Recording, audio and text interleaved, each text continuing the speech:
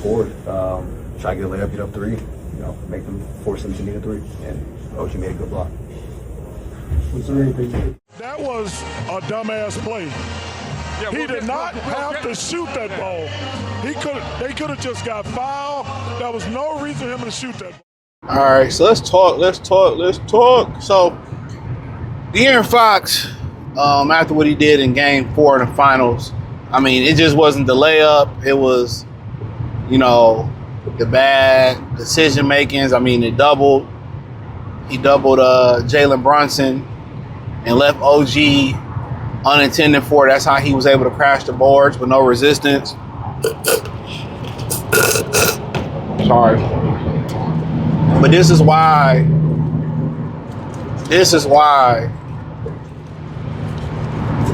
Piston fans are like, no to a guy like Zach LaVine. I don't know what's wrong with my straw. But this is why Piston fans are saying no to a guy like Zach LaVine.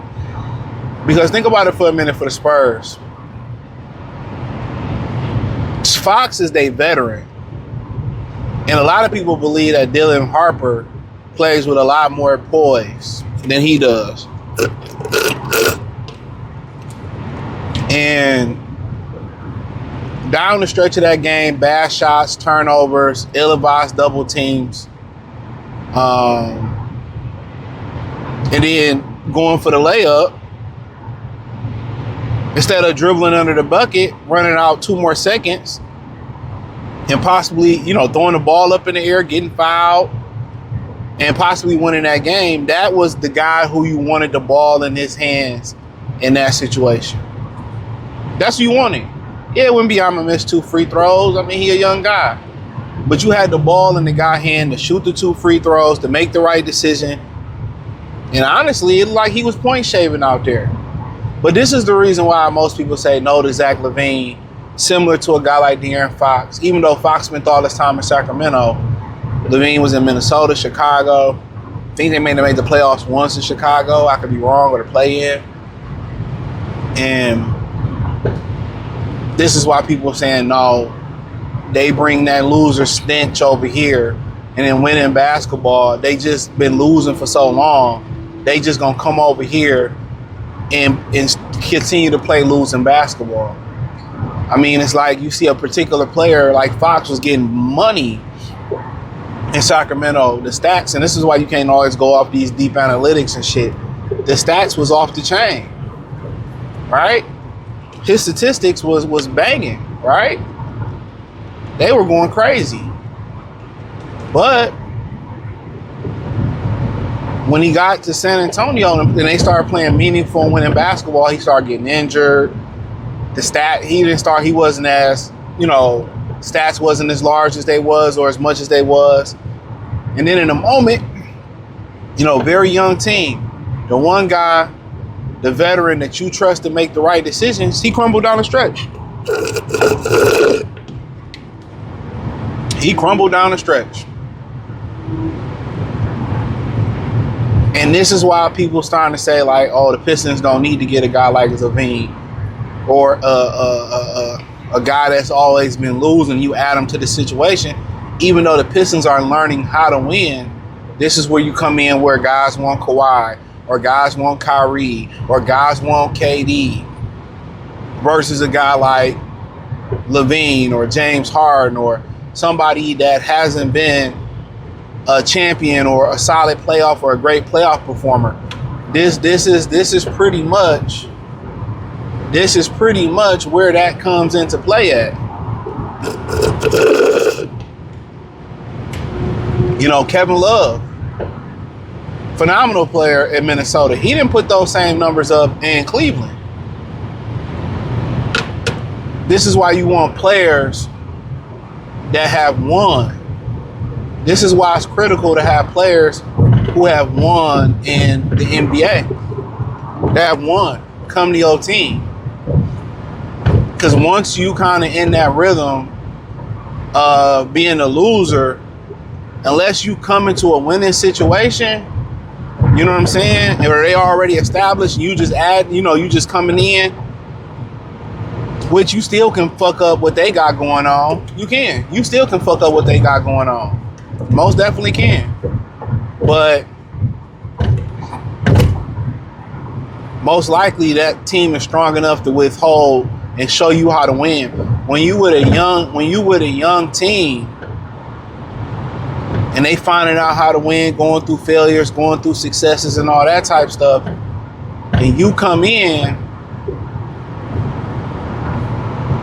and it's all on you, and you know they looking at you to get to show them how to break through that tough time, and really for San Antonio, how to cut the corner to be a champion, because you go through the process.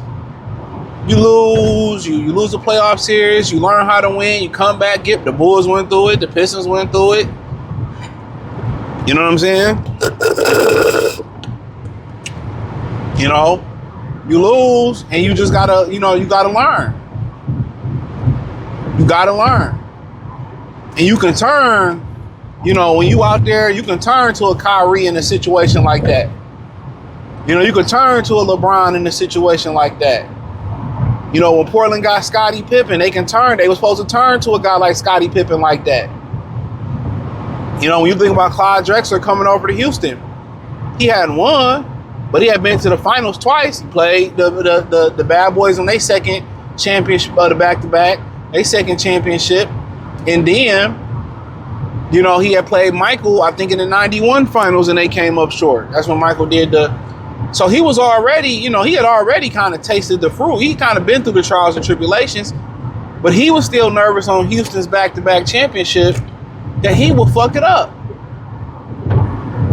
He was scared that he was going to possibly, mess that up for them. But, I ended up winning the back-to-back. But he had already kind of been a winner, you know what I'm saying? And he was old enough to understand when I need to step up, when I need to fall back, when I need to do too much. After, midway through the season, after, he found out, what they needed and what they didn't need from him. Perfect.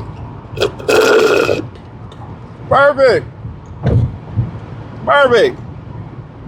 But when you add guys like Fox, LaVine, when you add those guys that really haven't won in the league, they trying to figure it out just like, these Cade or Victor Wembanyama trying to figure it out.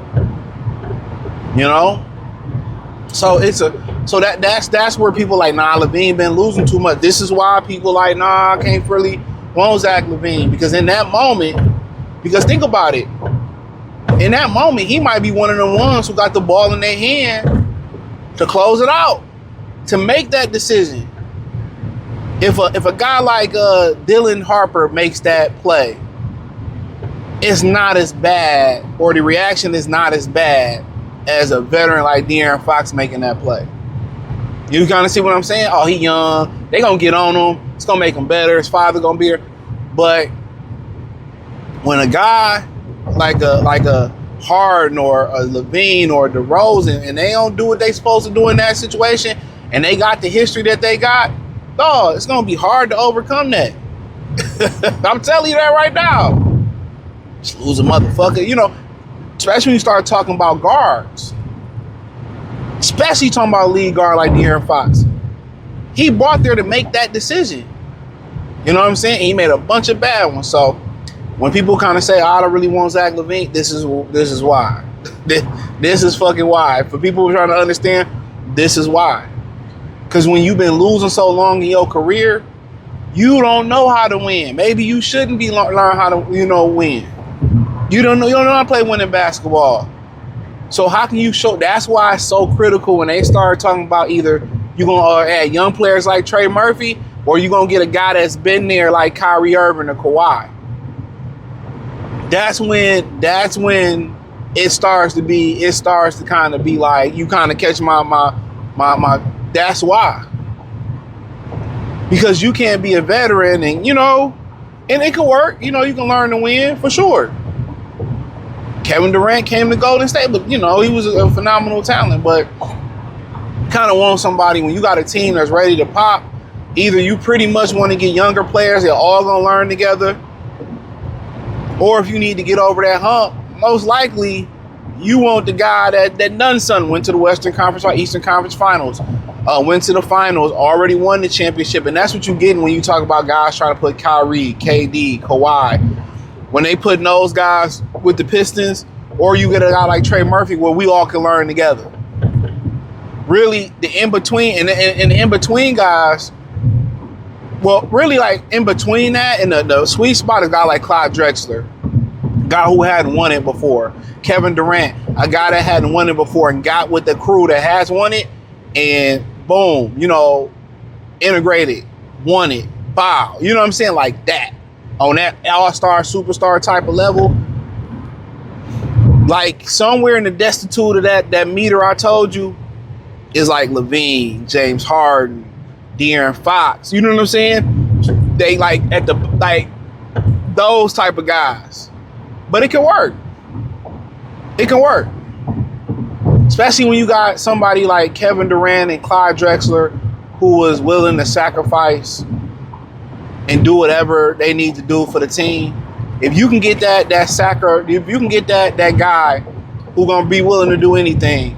Kevin Love changed his game a lot going to Cleveland. Chris Bosh is the poster child for that. He took a back seat in Cleveland. He took a back seat, in Miami.